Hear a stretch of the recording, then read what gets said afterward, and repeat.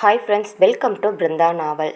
நிறைய பேர் சப்ஸ்கிரைப் பண்ணாமல் பார்த்துட்ருக்கீங்க. ப்ளீஸ் கொஞ்சம் சப்ஸ்கிரைப் பண்ணிக்கோங்க. வாங்க இப்போ கதைக்குள்ளே போகலாம். உன்னில் சரணடைந்தேன். எபிசோட் 27. ராகவன் வேலை செய்து கொண்டிருக்க சரவணன் அங்கு வந்து சேர்ந்தான். ராகவன் சரவணனை பார்த்து, என்னடா எப்படி இருக்கான் என்று கேட்க, அவனுக்கு என்னடா நல்ல தெம்பாக தான் இருக்கான் என்றான். எதுக்கு தண்டா இப்படி பண்ணிட்டு இருப்பான் என்று ராகவன் கேட்க, எனக்கும் தெரியலடா, எவ்வளவோ ஜாடமாடையா கேட்டேன், பயபுள்ள வாயை திறக்க மாட்டேங்கிறான் என்று கூறிவிட்டு தன் சட்டையை கழட்டி வைத்துவிட்டு நேராக வயலுக்குள் இறங்கி வேலையை தொடங்கினான். ராகவன், சரி விடுடா, எப்படியா இருந்தாலும் தெரியதானே போகுது, நம்ம ஒரு 2 நாள் கழிச்சு அவங்க கிட்ட விசாரிக்கலாம் என்று கூறி இருவரும் பேசிக்கொண்டிருந்தனர். அப்பொழுது அந்த வழியை தாண்டி சென்ற வயதான ஒருவர், ஏம்பா, நேத்து கணேசம்மாவனை கூட்டிட்டு போனீங்களே, பையன் நல்லா இருக்கானா என்று கேட்க, நல்லா இருக்கான் தாத்தா, வீட்டுக்கு இப்போதான் கூட்டிட்டு வந்து விட்டேன் என்று சரவணன் கூறினான். என்னதான் பிரச்சனை? ஏன் பேராண்டி எதுக்கு விஷம் குடிச்சிட்டான்? ஒருவேளை காதல் கீதல் ஏதாவது விஷயம் இருக்குமோ என்று கேட்க, அதை கேட்ட ராகவன், காதலுக்காக விஷத்தை குடிச்சா பாதி பேர் உயிரோடவே இருக்க மாட்டாங்க. உதாரணத்துக்கு இதோ பாருங்க, சரவணனை எடுத்துக்கோங்க. சரவணன் கூட தான் ஒரு புள்ளைய உருகி உருகி காதலிச்சான். அந்த புள்ள இப்போ அவனை திரும்பி கூட பார்க்கறது இல்லை. அதுக்கு அவன் செத்தா போயிட்டான் என்று கூற, சரவணன், டேய், என்னை பார்த்தா உனக்கு எப்படி தெரியுது? அப்போ நான் உயிரோடு இருக்கிறது உனக்கு பிடிக்கலன்னு சொல்கிற என்று கூற, ராகவன் கிண்டல் செய்ததை பார்த்த அந்த வயதான பெரியவர், ஏன்பா, என் பேரனுக்கு என்ன குறை சொல்ல? அவன் பெயருக்கு ஏற்ற மாதிரியே மூலக்காரன், பார்க்கவே எம்புட்டு அழகா இருக்கான். நீ வேணா பாரு, அவனுக்கு மகராசி மாதிரி ஒரு பொண்ணு கிடைக்க போகுது என்று கூறிவிட்டு அந்த இடத்திலிருந்து சென்றார். அதை கேட்ட ராகவன், ஏண்டா, அந்த தாத்தாவுக்கு எதனா காசு கொடுத்தியா? உன்னை பற்றி இப்படி புகழ்ந்துட்டு போறாரு என்று கூற, சரவணன், உனக்கு மட்டும்தாண்டா என்னோட அருமை தெரியலை, அவங்க கூட எவ்வளவு அழகா பேசிட்டு போறாங்க என்று கூற, அதை கேட்டுக்கொண்டிருந்த ராகவன், டேய், அவங்க சொன்னது எல்லாத்தையும் பொறுத்துக்கறண்டா, ஆனால் உன்னை போய் பேருக்கு ஏற்ற மாதிரி அறிவாளின்னு சொல்லிட்டு போகிறாங்க பாத்தியா, அதை தாண்டா என்னால் தாங்கிக்க முடியலை என்றான்.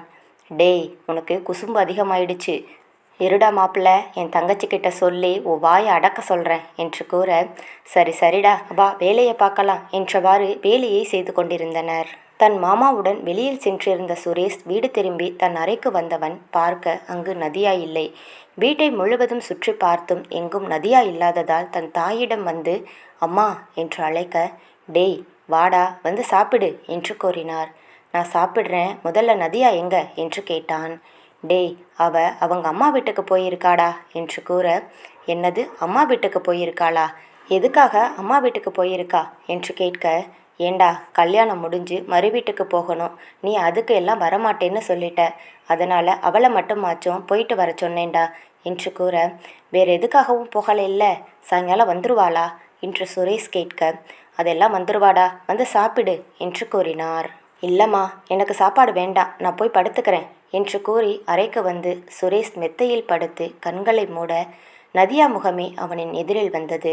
காலையில் அவள் சொன்ன வார்த்தை காதில் ஒலித்து கொண்டே இருக்க, ஒருவேளை நம்ம மேலே கோபத்தில் போயிருப்பாளோ, நம்ம வேற மாமா கூட போனது அவளுக்கு தெரியுமா தெரியாதோ, எதுக்கும் அவளை போய் பார்த்துட்டு வந்துடலாம் என்று கூறியவன் தன் வண்டியை எடுத்துக்கொண்டு சென்றான். இதை பார்த்து கொண்டிருந்த பாக்கியம் சிரித்து கொண்டே, நம்ம மருமக பையனை கண்டிப்பாக மாற்றிடுவா என்று கூறினார். பாக்கியம் தனது பிள்ளையின் வாழ்க்கையை எண்ணி மகிழ்ந்தார். வண்டியை சுரேஷ் எடுத்துக்கொண்டு நேராக நதியாவை தேடி அவள் வீட்டுக்கு சென்றான். நதியா வீட்டில் பெற்றோர் இருவரும் வேலைக்கு சென்றிருக்க, நதியா தனது துணிகள் அனைத்தையும் மடித்து வைத்து கொண்டிருந்தாள். வீட்டின் வெளியில் வண்டி சத்தம் கேட்க, யார் இந்த நேரத்தில் வந்திருக்கா என்று நதியா வெளியில் சென்று பார்க்க, அங்கு சுரேஷ் நின்று கொண்டிருந்தான். சுரேஷ் உள்ளே செல்வதற்கு தயங்கி கொண்டே வெளியில் நிற்க, வெளியில் வந்த நதியா சுரேஷை பார்த்து ஒரு நொடி அதிர்ந்தாலும் மறுநொடி அவனிடம் சென்று, ஏன் வெளியில் நிற்கிறீங்க, உள்ள வாங்க என்று கூற, அவளின் முகத்தை பார்த்த பிறகுதான் அவனுக்கு மனதிற்குள் நிம்மதியாக இருந்தது. ஏதும் பேசாது அவள் பின்னே உள்ளே சென்று அமர்ந்தான். வீட்டில் யாரும் இல்லையா என்று கேட்க, இல்லை, அம்மா அப்பா வேலைக்கு போயிட்டாங்க என்று கூற, அப்புறம் எதுக்கு இங்கே வந்த என்று கேட்டான் சுரேஷ். நான் வர்றதா அவங்களுக்கு தெரியாதுங்க, தெரிஞ்சிருந்தா அவங்க கண்டிப்பாக இன்னைக்கு வீட்டில் தான் இருந்திருப்பாங்க என்று கூற, சரவணன் முகத்தை சுளித்து கொண்டு, நீ எதுக்கு இப்போ வந்தேன்னு கேட்டேன் என்றான். ஏன் வந்தேன்னா, காலையில் நான் அவ்வளவு சொல்லியும் நீங்கள் போயிட்டீங்கல்ல, அப்புறம் என்னத்துக்கு திரும்பி என்கிட்ட வந்து கேட்குறீங்க என்றாள். அவள் கூறியதை கேட்ட சுரேஷ், ஏண்டி நான் மாமா கூட தாண்டி போனேன், வேறு எங்கேயும் போகலை என்று கூற, இதை எப்படி நான் நம்புறது? பொய் சொல்லாதீங்க. உங்கள் மாமா வெளியில் போகிறேன்னு சொன்னார், உங்களை கூட்டிகிட்டு போகிறேன்னு சொல்லவே இல்லையே என்று கூற, அடியே மாமா டிரைவரை எதிர்பார்த்தாங்க, அவங்க வரலைன்னு தான் நான் கூட்டிகிட்டு போனேன். ஒரு மனுஷன் திருந்துனா நம்பவே மாட்டிங்களா? கடவுளே, கல்யாணம் பண்ணுறதுக்கு முன்னாடி நான் யாருக்கும் பயந்ததில்லடி, ஆனால் உனக்கு இப்போ அநியாயத்துக்கு பயந்துக்கிட்டே இருக்கேன் என்றான். அவன்கிட்ட நெருங்கிய நதியா அவன் சட்டையை பிடித்து, பயப்படணுண்டா, பொண்டாட்டி மேலே பயம் இருக்கணும் என்றவள் கண்ணை உருட்டி உருட்டி பேசும் அழகில் தன்னை மறந்து பார்த்தவன் ஏதும் பேசாது அவளையே பார்த்து கொண்டிருந்தான் சுரேஷ். நதியா, என்ன தாடி மீசையெல்லாம் ரொம்ப பயங்கரமாக இருக்குது, அடுத்த தடவை இது எதுவும் இருக்கக்கூடாது சரியா என்று கூற, ஏய் மீசதாடியெல்லாம் என்னால் எடுத்துக்க முடியாதுடி, என்ன விளையாடுறியா? அதெல்லாம் இல்லைன்னா என் மூஞ்சி பார்க்கவே நல்லா இருக்காது என்றான்.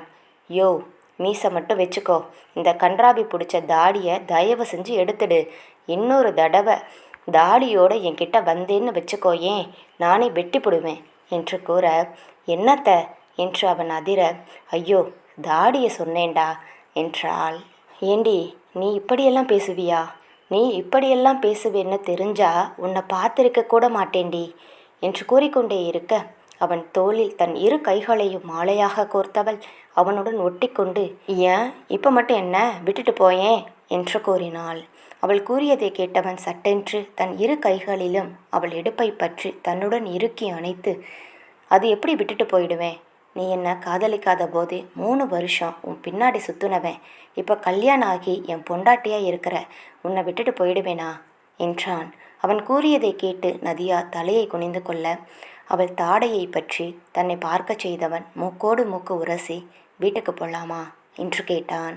அவன் கூறியது அன்று இரவு நடந்தது அனைத்தையும் நினைவுக்கு வர, அவனிடமிருந்து விலகியவள் வீட்டுக்கு போய் என்ன என்று கேட்க, அவளை பின்னே இருந்து அணைத்து, வீட்டுக்கு போய் என்ன நடக்கும் உனக்கு தெரியாதா என்று கேட்க, இல்லை அது அன்னைக்கு நைட்டு என்று திக்கி திணறி கூற, அவளது நிலையை புரிந்தவன், நான் இதை பற்றி உன்கிட்ட பேசணும்னு நினச்சேன், அன்னைக்கு நைட்டு ஏதோ மயக்கத்தில் என்னை மறந்து பண்ணிட்டேன், தப்பாக நினச்சிக்காத, கொஞ்சம் என் நிலைமையை புரிஞ்சுக்கோ, 3 வருஷமாக உன் கூட கனவுலையே வாழ்ந்துட்டேன்டி, நீ என் பக்கத்தில் இருக்கும்போது என்னை கட்டுப்படுத்திக்கவே முடியலை, அதனால தான் உன் சம்மதத்தை கூட கேட்காம அன்னைக்கு அந்த மாதிரி பண்ணிட்டேன், நான் பண்ணது தப்பு தான் இல்லைன்னு சொல்லலை, அதனால தான் காலையில் எழுந்ததும் உன் முகத்தில் முழிக்க முடியாமல் ஒரு குற்ற உணர்ச்சியோடு நான் எழுந்து போயிட்டேன் என்று கூற, அவன் கூறியதை கேட்டுக்கொண்டே இருந்த நதியா சட்டென்று திரும்பி அவன் முகத்தை பார்த்து, என்ன சொல்கிறீங்க என்று கேட்டாள். ஆமாண்டி, நீ வேற என்னை பிடிக்கலன்னு சொல்லிட்டியா, அன்னைக்கு நான் வேற அந்த மாதிரி நடந்துக்கிட்டேனா, அதுக்கப்புறம் உன் முகத்தை பார்க்குற தைரியம் எனக்கு இல்லை, எனக்கு என்னை நினச்சா அசிங்கமாக இருந்துச்சு, அதனால தான் அன்னைக்கு முழுசாக உன் முகத்தை பார்க்கல என்று கூறி தலையை குனிந்து கொண்டான். அவன் நிலையை புரிந்து கொண்ட நதியா, சரி முடிஞ்சதை பற்றி எதுக்கு பேசிட்டு, உட்காருங்க, நம்ம சாப்பிட்டு அம்மா அப்பா வந்த பிறகு போகலாம் என்று கூற, ஏண்டி வீட்டுக்கு போகலாமே என்று அவன் மீண்டும் கேட்க, நதியா அவனை பார்த்து முறைக்க, சுரேஷ் சரிடி இருந்து சாப்பிட்டுட்டு உங்கள் அம்மா அப்பாவை பார்த்துட்டே போகலாம் சரியா, அதுக்குள்ளே உன் முட்டைக்கண்ணை வச்சு முறைக்காத, எனக்கு பயமாக இருக்குது என்று கூறினான். ஐயோ ரொம்ப பயந்தவர் தான், ரொம்ப ஓவராக நடிக்காதடா என்றாள். என்னடி டா போடுற, மிரட்டுற, வர வர ஓவராக அராஜகம் பண்ணுறடி உன்னை என்று அவளை நெருங்க, அவளோ அவன் கையில் சிக்காமல் ஓடினாள். நதியாவை 2 எட்டில் பிடித்த சுரேஷ் அவளை தன்னுடன் இறுக்கி அணைத்து கொண்டான். நதியா அவன் மார்பில் தலை சாய்ந்து அவனை அணைத்து கொண்டாள். சுரேஷுக்கு சொல்ல முடியாத சந்தோஷம் அவன் மனதில் உண்டானது. நதியா சாப்பிட்டீங்களா என்று கேட்க, இல்லடி, நான் வீட்டுக்கு வந்ததும் முதல்ல உன்னைத்தான் தேடினேன், வீடு முழுக்க உன்னை தேடினேன், நீ எங்கேயுமே இல்லை, அம்மா தான் நீ எங்கே இருக்கன்னு சொன்னாங்க, அதனால் நானும் உன்னை பார்க்க வந்துட்டேன் என்று அவளின் கழுத்தில் தன் முகத்தை புதைத்தவாறு கூறினான். அவன் பேசும்போது வந்த மூச்சுக்காற்று அவளின் காதில் உரச பெண் அவளின் உடல் முழுவதும் சிலிர்த்தது. அவனிடமிருந்து விலகியவள், நான் போய் உங்களுக்கு சாப்பாடு எடுத்துட்டு வரேன் என்று கூறிவிட்டு கிச்சனுக்கு சென்றவள் அங்கு என்ன இருக்கிறது என்று பார்க்க அங்கு வெறும் பழைய சோறும் தயிர் மட்டுமே இருந்தது. ஐயோ, இங்கே வேற ஒன்றுமே இல்லையே, அவர் வேற பசிக்குதுன்னு சொல்கிறாரே, இப்போ என்ன பண்ணுறது என்று யோசித்து கொண்டே இருந்தாள். நதியா இன்னும் வராததால் சுரேஷ் கிச்சனை நோக்கி சென்றான். அவள் எதையோ யோசித்து கொண்டே இருப்பதை பார்த்தவன் அமைதியாக அவனின் பின்னிருந்து அணைத்து அவள் தோளில் தன் தாடையை பதித்து, என்னடி பண்ணிட்டு இருக்க, பசிக்குதுடி என்று கேட்க, அவனின் பசி உணர்ந்தவளோ, ஒரு 5 நிமிஷம் இருங்க, நான் எதனா சமைச்சு கொண்டு வரேன் என்று கூற, ஏண்டி எதுவுமே இல்லையா, இருக்கிறத கொடு போதும் என்று கூற, வெறும் பழைய சாதம் தயிர் தான் இருக்குதுங்க என்று தயக்கமாக கூறினாள். இதுக்கு மேலே என்னடி வேணும், எடுத்துட்டு வா, ரொம்ப பசிக்குது என்று கூறியவன் அவள் கன்னத்தில் முத்தமிட்டு செல்ல நதியாவுக்கு தான் மனசு கேட்கவில்லை. அவன் வீட்டில் வகை வகையாக உணவு தயாராக இருக்க இங்கு வந்து எனக்காக இதை சாப்பிட போறான் என்ற கவலையாக அதனை எடுத்துக்கொண்டு அவன் அருகில் செல்ல சுரேஷ் சுவற்றில் சாய்ந்தவாறு தன் கால்களை நீட்டியபடி அமர்ந்திருந்தான். நதியா அவன் அருகில் சென்று அமரப்போக சுரேஷ் சட்டென்று அவன் மடி மீது அவளை அமர்த்தி கொண்டான். இப்படி கூட உட்கார்ந்து சோறு ஊட்டலாண்டி என்று கூற அவன் செயலை பார்த்து நதியா முறைத்து கொண்டிருக்க, இந்த மாதிரி பார்த்துக்கிட்டே இருந்தா பசி அடங்கிடுமா, சீக்கிரம் சாப்பாடு ஊட்டு என்று கூற, நதியா கையில் சாதத்தை எடுத்தவள் அதில் பச்சை மிளகாய் வெங்காயம் என்று அனைத்தையும் வைத்து அவனுக்கு ஊட்ட ஆரம்பித்தாள். அவள் கையால் ஊட்டிய அந்த பழைய சொத்தை ரசித்து ருசித்து சாப்பிட்டு கொண்டிருந்தான் சுரேஷ். அவன் சாப்பிடும்போது அவன் முக பாவனையை பார்த்தவள், ஏங்க, நான் வெறும் தயிர் சாதத்தை தான் உங்களுக்கு ஊட்டிகிட்டு இருக்கேன், நீங்கள் என்னமோ கறிசோறு சாப்பிட்ற மாதிரி ரசித்து ருசித்து சாப்பிட்றீங்க என்று கேட்க, தனக்கு உணவு ஊட்டி கொண்டிருந்த அவளின் கையை பிடித்தவன் அதிலிருந்த ஒவ்வொரு விரலையும் தன் வாய்க்குள் விட்டு அதிலிருந்த சோற்றை அனைத்தையும் சாப்பிட்டான். இந்த தயிர் சோறு ருசியை விட உன் விரல் ரொம்ப ருசியாக இருக்கு என்று கூற, நதியாவுக்கு அவன் செய்யும் வேலையால் கூச்சம் ஏற்பட அவனிடமிருந்து தன் கையை வலுக்கட்டாயமாக இழுத்து கொண்டாள். என்ன பண்ணிட்டு இருக்கீங்க என்று அவனை முறைத்தாலும் மனதுக்குள் அவன் செயலை நினைத்து ரசித்தாள். இந்த மாதிரி திட்டிக்கிட்டே ஊட்டாதடி, அப்புறம் வயிற்றுல ஒன்றுமே ஒட்டாது, நீ சாப்பிட்டியா என்று அவளை கேட்க, நதியா இல்லை என்பது போல் தலையாட்ட, நீயும் சாப்பிடுடி என்று கூற அவளும் உண்டு அவனுக்கும் ஊட்டி முடித்தாள். ஒரு வழியாக இருவரும் சாப்பிட்டு முடிக்க அனைத்தையும் வைத்துவிட்டு வந்தவள் மீண்டும் உரிமையாக அவன் மடியில் அமர்ந்து கொண்டாள். சுரேஷ் சிரித்து கொண்டே பெண்ணவள் கழுத்தில் தன் முகத்தை பதித்து அவளை இறுக்கி அணைத்து கொண்டான். சீதா என்றும் போல் இன்றும் ராகவனுக்காக உணவு கொடுத்து அனுப்ப அவர்கள் வீட்டில் வேலை செய்யும் ஆள் ஒருவர் வயலுக்கு அந்த உணவை எடுத்து கொண்டு வந்தார். கையில் உணவுடன் வந்தவரை சரவணன் பார்த்துவிட்டு, டேய் மச்சான், சாப்பாடு வந்துடுச்சு, நீ வரியா இல்லையா, எனக்கு ரொம்ப பசிக்குதுடா என்று வேக வேகமாக வயலில் இருந்து வெளியில் வந்தவன் கை கால்களை கழுவி விட்டு அவரிடமிருந்து உணவை வாங்கி கொண்டு அவரை அனுப்பி வைத்தான். ராகவன் எதில் முதல்ல இருக்கியோ இல்லையோடா, சோத்துல உன்னை அடிச்சுக்கவே முடியாது என்று சரவணனை கிண்டல் செய்தவாறே அவனும் சென்று கை கால்களை கழுவி வந்தான். ராகவன் என்றும் போல் இன்றும் தன் கைபேசியை எடுத்து சீதாவிற்கு ஃபோன் செய்தான். ரிங் முழுவதும் செல்ல சீதா அழைப்பை எடுக்கவில்லை. என்னாச்சு, எப்போவுமே ஒரு ரிங் போன உடனே எடுத்துடுவா, இன்னைக்கு என்ன ஃபோன் ரிங் ஆகிட்டே இருக்கு, எடுக்கவே இல்லையே என்று மீண்டும் சீதாவிற்கு ஃபோன் செய்ய சீதா மறுபடியும் ஃபோனை எடுக்கவில்லை. ராகவனுக்கு மனதில் ஏதோ பயம் தோன்ற தன் வீட்டில் உள்ள லேண்ட்லைன் நம்பருக்கு ஃபோன் செய்தான். செல்வி ஃபோனை எடுத்து, ஹலோ, யாருங்க பேசுறது என்று கேட்க, அம்மா, நான் தான் ராகவன் பேசுகிறேன் என்றான். சொல்லுடா தம்பி, சாப்பிட்டியா என்று கேட்க, இல்லைம்மா, இனிமே தான் சாப்பிடணும், நீங்கள் சாப்பிட்டீங்களா என்றான். இப்போ தான் தம்பி சாப்பிட்டேன் என்று கூற, அம்மா, சீதா எங்கே இருக்கா, ஃபோன் போட்டேன் எடுக்கலை என்று கேட்க, டேய் தம்பி, சீதாவுக்கு உடம்பு சரியில்லடா, அதான் ரூமில் படுத்திருக்கா என்று கூற ராகவனுக்கு பதட்டமாக இருந்தது. என்னம்மா சொல்கிறீங்க, உடம்பு சரியில்லையா, காலையில் நல்லா தானே இருந்தா, ஏமா அவளுக்கு உடம்பு சரியில்லைன்னா எனக்கு ஃபோன் பண்ணி ஒரு வார்த்தை சொல்ல மாட்டிங்களா, என்னம்மா நீங்கள் இவ்வளவு சாதாரணமாக இருக்கீங்க என்று செல்வியை பேச விடாது புரிந்து தள்ளி கொண்டிருந்தான். அதை கேட்டுக்கொண்டிருந்த செல்வி, அட நிறுத்தடா, என்னத்துக்கடா இப்படி கத்திக்கிட்டு இருக்க, அதெல்லாம் ஒன்றுமில்லை, வயிறு வலிதான் என்று கூற, என்னது வயிறு வலியா என்று மேலும் அதிர்ச்சியாக கேட்க, அடே, இது பொம்பளைங்களுக்கு வர வயிறு வலிடா, சும்மா கேள்வி கேட்டுட்டே இருக்காத, சாப்பிட்டுட்டு வேலையை பாரு என்று கூறி ஃபோனை கட் செய்தார். ராகவன் பட்டுக்கு ரொம்ப வயிறு வலியாக இருக்குமோ என்று நினைத்து கொண்டே இருக்க சரவணன், டேய் மச்சான், நீ சீக்கிரம் வரியா இல்லை இங்கே இருக்கிறத நானே சாப்பிடட்டுமா என்று கூற ராகவன் நேராக வந்து தன் சட்டையை எடுத்து போட்டு கொண்டிருந்தான். அதை பார்த்த சரவணன், என்னடா ஆச்சு, சாப்பிடாம எங்கே போகிற என்று கேட்க, டேய், சீதாவுக்கு உடம்பு சரியில்லையா, படுத்துட்டு இருக்காளாம், நான் போய் பார்க்குறேன் என்று கூறினான்.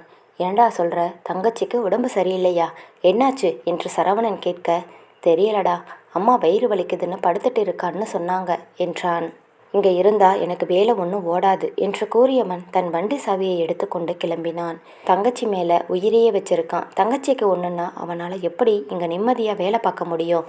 போய் முதல்ல பார்த்துட்டு வரட்டும், அப்போதான் அவனுக்கு நிம்மதியாக இருக்கும் என்று மனிதர்கொள் யோசித்தான் சரவணன். சரவணன் சாப்பிட்டு முடித்து தன்னுடைய வேலையை செய்ய தொடங்கினான்.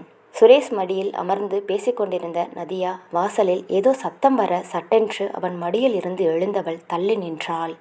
நதியாவின் தாய் தந்தை இருவரும் வந்திருக்க அங்கு சுரேஷை பார்த்து மிகவும் மகிழ்ச்சி தாங்கிக் கொள்ள முடியவில்லை. அவனை நலம் விசாரித்தவர்கள் நதியாவிடமும் அமர்ந்து சிறிது நேரம் பேசினர். சுரேஷ், அத்தை மணியாச்சு, நான் நதியாவை கூட்டிகிட்டு போகட்டுமா என்று கேட்க, நதியாவின் தாய், இல்லை தம்பி, இப்போதானே புள்ள வந்துச்சு, 2 நாள் இருந்துட்டு வரட்டுமே என்று கூற, சுரேஷ் அதிர்ச்சியாக நதியாவை பார்க்க அவளுக்கு அவன் நிலைமை புரிந்தது. நதியா, இல்லைம்மா, நான் போயிட்டு இன்னொரு நாள் வரேன் என்று கூற அவர்களுக்கும் இதற்கு மேல் என்ன சொல்வதென்று தெரியவில்லை. சரிப்பா, அப்போ பார்த்து போயிட்டு வாங்க, இன்னொரு நாள் வந்து கண்டிப்பாக 2 நாள் தங்கிட்டு போகணும் என்று கூறி இருவரையும் வழி அனுப்பி வைத்தனர். சுரேஷ் அவளை தன் வண்டியில் ஏற்றுக்கொண்டு தன் வீட்டை நோக்கி சென்று கொண்டிருந்தான். சுரேஷ் வண்டி ஓட்டியபடியே கண்ணாடியின் வழியாக நதியாவை பார்த்து ரசித்து கொண்டே வந்திருந்தான். நதியா வழியில் உள்ள அனைத்து இடங்களையும் சுற்றி சுற்றி பார்த்து கொண்டே வர அதை பார்த்து சுரேஷ், நதியா என்று குரல் கொடுக்க, சொல்லுங்க என்றாள். எங்கடா உங்கள் அம்மா பேச்சை கேட்டு 2 நாள் இருந்துருவியோன்னு நினச்சி பயந்துட்டேண்டி என்று கூற, 2 நாள் இருந்துட்டு வரலாம்னு நினச்சேன்தான், ஆனால் உங்களை பார்த்தா பாவமாக இருந்துச்சு, அதான் வந்துட்டேன் என்று கூறினாள். அடி பாவி, நீ 2 நாள் இருந்தா நானும் உன் கூடவே அங்கேயே இருந்துட்டு இருப்பேன், இனிமே உன்னை விட்டு பிரிஞ்சிருக்கிற மாதிரியெல்லாம் இல்லடி என்று கூற, அதை கேட்ட நதியா அவன் இடையில் தன் கையை சுற்றி கொண்டு அவன் தோளில் தன் தாடையை பதித்து அவன் காதோறும், என்னாலேயோ உங்களை விட்டு இனிமே இருக்க முடியாது என்றாள். அவளின் மூச்சுக்காற்றை தன் காதில் உணர்ந்தவன் தன் வயிற்றில் சுற்றியிருக்கும் அவள் கையை எடுத்து தன் இதழ் முத்தத்தை அதில் பதித்தான். அவன் செயலில் வெட்கம் கொண்டவளோ தன் முகத்தை அதில் புதைத்து கொண்டாள். இருவர் மனதிலும் சொல்ல முடியாத காதலை சுமந்திருக்க அவர்கள் வீட்டை நோக்கி சென்றனர். இக்கதை தொடரும். இக்கதை உங்களுக்கு பிடித்திருந்தால் மறக்காமல் வீடியோவுக்கு லைக் அண்ட் சப்ஸ்கிரைப் பண்ணுங்கள். தேங்க்யூ.